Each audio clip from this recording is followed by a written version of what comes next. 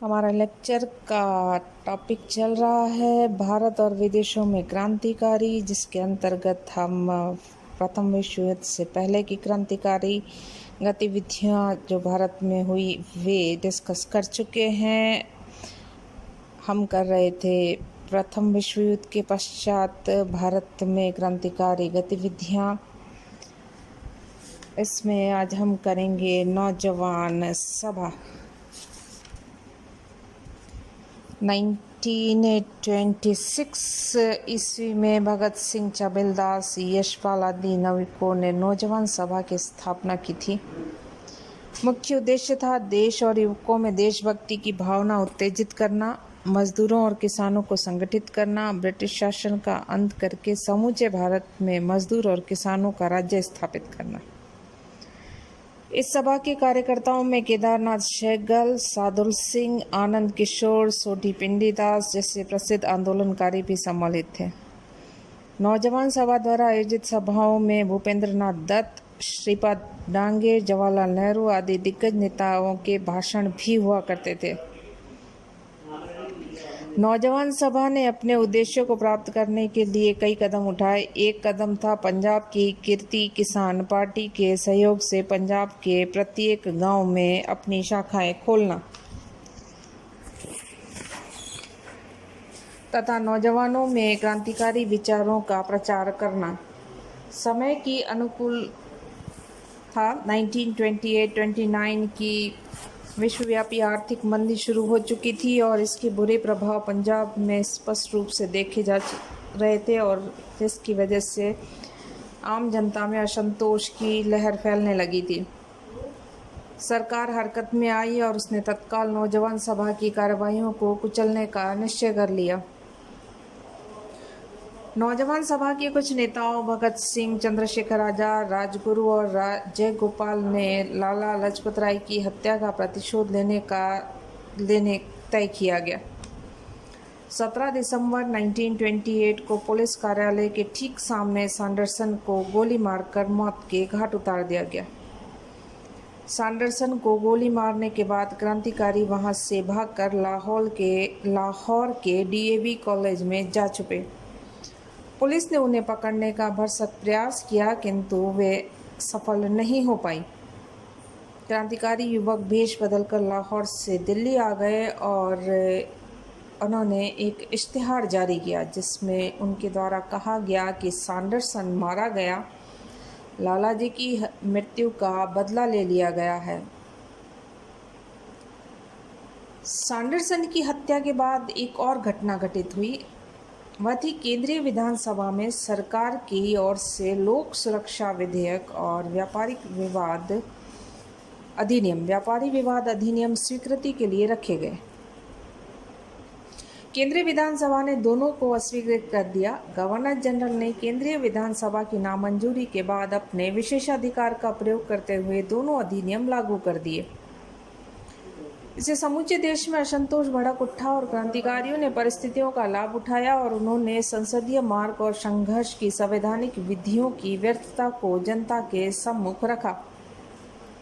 उनका नारा था कि हम दया की भीख नहीं मांगते हैं, हमारी लड़ाई आखिरी फैसला होने तक की लड़ाई है। वह फैसला है जीत अथवा मौत।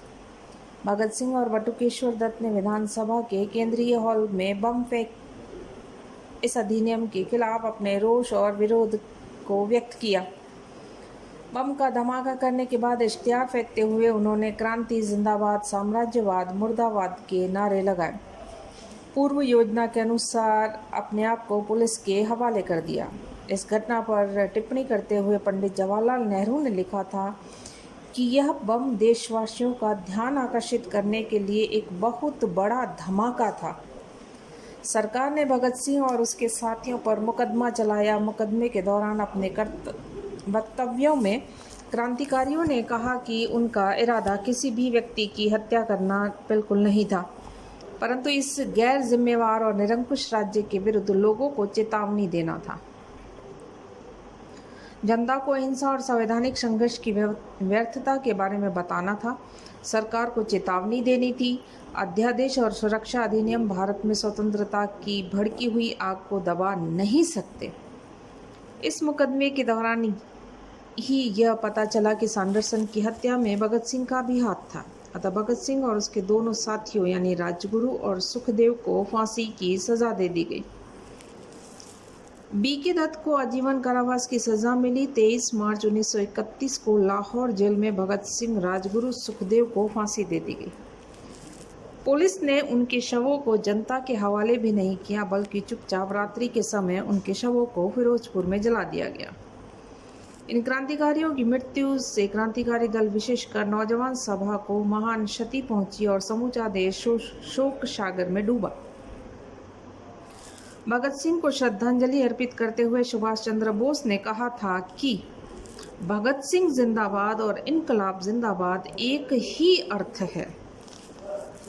काकोरी षड्यंत्र केस में चंद्रशेखर आजाद भी शामिल थे तथा सैंडरसन की हत्या में भी। उसने सरदार भगत सिंह का साथ दिया था। जिस समय भगत सिंह जेल में थे तब चंद्रशेखर आजाद ने उन्हें जेल से छुड़ाने के लिए एक योजना भी बनाई थी, परंतु उसमें उन्हें सफलता नहीं मिली। वायसराय लॉर्ड इरविन ने जनमत के भारी दबाव के बावजूद भगत सिंह, राजगुरु, सुखदेव को फांसी की सजा को कम नहीं किया। चंद्रशेखर आजाद और यशपाल ने वायसराय की ट्रेन को उड़ाने का निश्चय किया। अतः निजामुद्दीन स्टेशन के पास दिल्ली मथुरा रेल लाइन की पटरियों के नीचे बम गाड़ दिए गए और उनका संबंध तारों से कई 100 गज पर एक बैटरी के साथ जोड़ दिया गया। जब वायसराय की ट्रेन उस जगह पहुंची तो स्विच दबा दिया गया। बड़े जोर का धमाका हुआ। रेलगाड़ी पटरी से नीचे उतर गई। गाड़ी के 3 डिब्बे क्षतिग्रस्त हो गए, लेकिन भाग्यशाली वायसराय बच गया। इसी दिन क्रांतिकारियों ने पंजाब के गवर्नर को भी मारने की योजना बनाई। जब गवर्नर महोदय पंजाब विश्वविद्यालय में दीक्षांत भाषण दे रहे थे, हरकिशन नामक क्रांतिकारी ने उन पर गोली चला दी। गवर्नर घायल हुए। हरकिशन पकड़ा गया। बाद में अदालत के निर्णय अनुसार 9 जून 1931 को हरकिशन को भी फांसी पर लटका दिया गया। भगत सिंह की मृत्यु के बाद चंद्रशेखर आजाद ने अपना संघर्ष जारी रखा। कुछ दिनों बाद पुलिस ने आजाद के बहुत से साथियों को पकड़ लिया। आजाद उत्तर प्रदेश की ओर चले गए। 27 फरवरी 1931 को चंद्रशेखर आजाद, यशपाल और सुरेंद्र पांडे इलाहाबाद आए। इलाहाबाद के अल्फ्रेड पार्क में चंद्रशेखर आजाद, एक अन्य क्रांतिकारी सुखदेव राज बड़ी तन्मयता के साथ किसी विषय पर गंभीरता से विचार विमर्श कर रहे थे कि वहां पुलिस आ गई। किसी मुखबिर ने चंद्रशेखर के अल्फ्रेड पार्क में होने की सूचना पुलिस तक पहुंचा दी थी। पुलिस ने आजाद को चारों ओर से घेर लिया, गोलियां चलाना शुरू की। प्रत्युत्तर में आजाद ने भी गोलियां चलाई, लेकिन पुलिसकर्मियों को घायल कर दिया। किंतु अंत में इन दोनों क्रांतिकारियों को अपने जीवन का बलिदान करना पड़ा और 23 जनवरी 1932 को यशपाल किसी से मिलने इलाहाबाद गया। पुलिस को इसका पता चल गया, उन्हें गिरफ्तार कर लिया गया और उन्हें 14 साल की सजा दे दी गई। 1937 में जब उत्तर प्रदेश में कांग्रेस का मंत्रिमंडल बना, तब मुख्यमंत्री गोविंद वल्लभ पंत ने 2 मई 1938 को बिना शर्त इन्हें है वो रिहा कर दिया गया। नेक्स्ट, बंगाल की गतिविधियों को देखें तो बंगाल में क्रांतिकारी कार्यों के द्वारा जनता में ब्रिटिश सरकार के विरुद्ध राष्ट्रीय भावना को उत्तेजित करने का काम बंगाल के क्रांतिकारियों ने जारी रखा हुआ था। उन दिनों पूर्वी बंगाल चटगांव बंदरगाह क्रांतिकारियों का केंद्र बना हुआ था। इनके संगठन का नाम था चटगांव रिपब्लिक आर्मी और नेता थे सूर्य सेन। इस संगठन के सदस्य जनता के बीच में खासकर युवक युवतियों के मध्य अपना प्रचार करते थे। संगठन ने बम बनाने का कारखाना और गैरकानूनी छापखाना भी खोल रखा था। 18 अप्रैल 1930 की रात्रि में सूर्य सेन के नेतृत्व में लगभग 50 युवक युवतियों ने फौजी वेशभूषा पहनी और रिवॉल्वर तथा बमों से लैस होकर चटगांव के पुलिस शस्त्रागार पर धावा बोल दिया। एक अधिकारी मौत के घाट उतार दिया गया। वहां रखी गई बंदूकों को लूट लिया गया और अयोध्या सिंह इस घटना की विस्तृत विवरण देते हुए लिखते हैं कि इन क्रांतिकारियों ने चटगांव के सभी थानों पर कब्जा कर लिया, सड़कों पर नाकेबंदी कर दी और कई दिनों तक शहर पर कब्जा कर बनाए रखा। किंतु क्रांतिकारियों की योजना में एक त्रुटि यह रह गई कि उन्होंने चटगांव के बंदरगाह पर कब्जा न किया था। इससे अंग्रेज अधिकारियों को कलकत्ता में शीघ्र ही सैनिक सहायता पहुंच गई। तब क्रांतिकारियों ने शस्त्रागार में आग लगा दी। और सूर्य सेन के नेतृत्व में क्रांतिकारी जलालाबाद की पहाड़ियों में चले गए। अंग्रेजी सेना ने शीघ्रता से चारों तरफ से पहाड़ी को घेर लिया। बहुत से क्रांतिकारी लुकते छुपते भाग निकले। सूर्य सेन भी भाग सकते थे। बाद में एक साथी विश्वासघाती निकला और जिसके कारण वे पकड़े गए। बाद में क्रांतिकारियों पकड़े गए थे, जिसमें प्रीतिलता वाढेर ने गिरफ्तार होने से बचने के लिए आत्महत्या कर ली। कल्पना दत्त पकड़ी गई। एक अन्य क्रांतिकारी नेता टेगरबल लड़ते लड़ाते मारे गए। बाद में सरकार ने हिरासत में लिए गए सभी के विरुद्ध मुकदमा चलाया गया, जिसे चटगांव आर्मी रेड के नाम से जाना जाता है। इस केस में सूर्य सेन को फांसी की सजा हुई। अंबिका चक्रवर्ती, अनंत सिंह, गणेश घोष, लोकनाथ तथा अन्यों को लंबी काले पानी की सजा दी गई। सूर्य सेन को फांसी दे जाने के बाद बंगाल में क्रांतिकारियों की गतिविधियां काफी हद तक वो कम हो गई थी। भारत के अन्य क्षेत्रों में अगर क्रांतिकारी आंदोलन की बात करें तो बंगाल की भांति आतंकवादी घटनाओं की सूचना भारत के अन्य क्षेत्रों से भी मिलती है। गांधी जी के सविनय अवज्ञा आंदोलन की लहर पश्चिमोत्तर भारत में भी पहुंची। अप्रैल में पेशावर में जुलूस निकाला गया। किसी कारणवश पुलिस ने गोली चला दी, जिससे सारा शहर आक्रोश से भर उठा। शहर में सेना को बुलाया गया, जिसमें पंजाबियों की प्रधानता थी। पंजाबी सैनिकों में वामपंथी अकालियों का काम कर रहा था। क्रांतिकारियों के गुप्त संगठन भी सेना के भीतर सक्रिय थे। ऐसी स्थिति में ब्रिटिश सरकार ने 18वीं रॉयल गढ़वाली राइफल्स को बुलाया, परंतु चंद्र सिंह गढ़वाली की अपील पर गढ़वालियों ने पठानों पर गोली चलाने से इनकार कर दिया। अपनी राइफल भी उन्हें सौंप दी। इसके बाद जनता ने पेशावर पर कब्जा कर लिया और 25 अप्रैल से 4 मई तक कायम रहा। बाद में अन्य सैनिकों की सहायता से पेशावर पर पुनः अधिकार हो गया।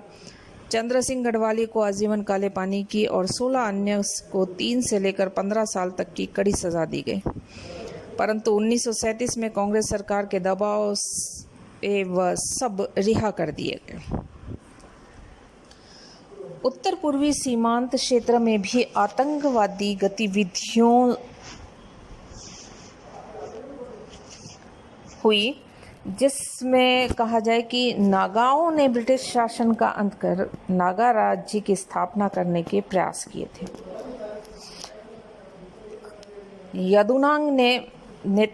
यदुनांग के नेतृत्व में अंग्रेजों से लोहा लिया गया। अंग्रेजों ने यहाँ भी कठोर दमन का सहारा लिया। 1930 में यदुनांग को गिरफ्तार कर उसे फांसी की सजा दी गई। उसके बाद उसके संगठन का नेतृत्व उसकी सहायिका गाडिल्यू ने संभाला। इसके नेतृत्व में 1931-32 में विद्रोही नागाओं ने ब्रिटिश अधिकारियों का चैन छीन लिया। गाडिल्यू को पकड़ने के लिए लोगों को तरह तरह के पुरस्कार और प्रलोभन दिए गए।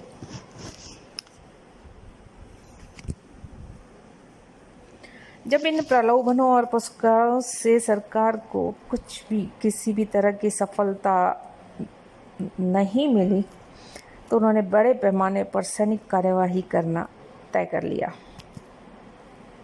परिणाम ये निकला कि अक्टूबर 1932 को गाडिल्यू को पकड़ लिया गया और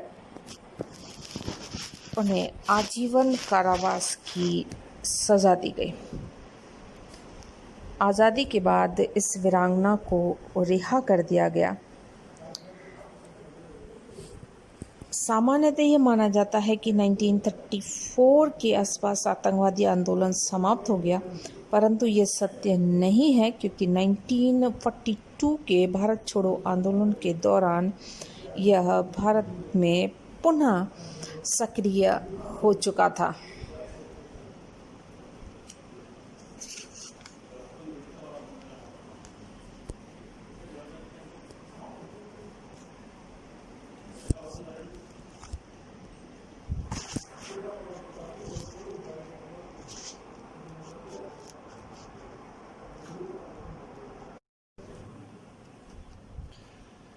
हमारा लेक्चर का टॉपिक चल रहा है भारत और विदेशों में क्रांतिकारी, जिसके अंतर्गत हम प्रथम विश्व युद्ध